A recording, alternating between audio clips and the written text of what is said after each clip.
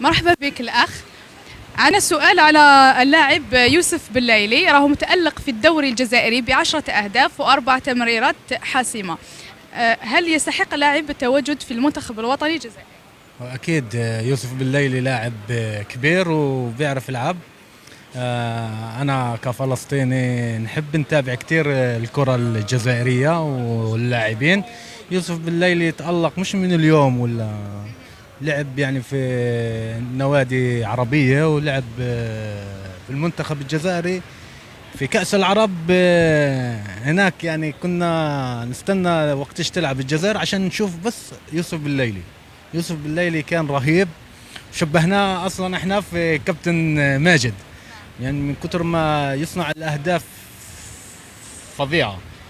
وما شاء الله عليه، ان شاء الله ربي يوفقه للامام ويستحق يكون في المنتخب، ومش بس يكون كابتن كمان فريق. يعني رهيب، عنده افكار رهيبه يوسف بليلي، ما شاء الله عليه. رسالة توجهها للناخب الوطني الجزائري جمال بالماضي حتى يعني يلتفت لهذا اللاعب ويعاود يرجعوا للمنتخب الوطني. يعني نقولها بالعامة فلسطينية، مشان الله رجعوا. يوسف بليلي خسارة كبيرة للمنتخب الجزائري. يوسف بليلي يستحق أن يكون من الخطة تاعت بالماضي في المنتخب الجزائري، ويكون أساسي كمان مش احتياطي، يكون من الأساسيين. يوسف بليلي لاعب محترف، ووجه له التحية، كراه متضامن مع الشعب الفلسطيني برفع العلم الفلسطيني والدبكة الفلسطينية اللي دارها عند انتهاء المباراة. شكرا لك يوسف بليلي، وإن شاء الله للأمام وربي يوفقه، وشكرا لكم كلكم، وتحيا الجزائر. شكرا. رسالة أخيرة أقولها فقط ليوسف بليلي حتى يعني يعمل أكثر في الدوري الجزائري. يوسف بليلي أكيد النجاح أكيد راح يكون في وراك أعداء، ويكون في ناس بغضينك.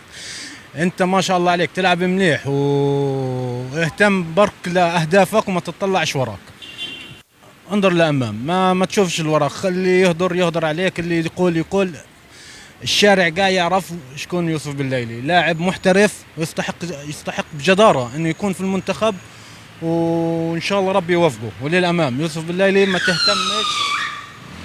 ما تهتم لاي اقاويل تقال عنك، لانك انت بجد لاعب تستحق كلمة لاعب. يعني كتير ناس بيلعبوا ما يعرفوش يلعبوا، صح يوسف بليلي يلعب موهبة، لازم يعني نعطوها حقها. بليلي الله أكبر. يوسف بليلي. تحب يوسف بليلي؟ نعم. وش تقول ليوسف بليلي؟ وش تقول له؟ قول له بالتوفيق. قول ربي ينجحك. قول بالجزيرية، ما تقولش بالحلفية. الله ينجحك يوسف بليلي ويعطيك القوة إن شاء الله.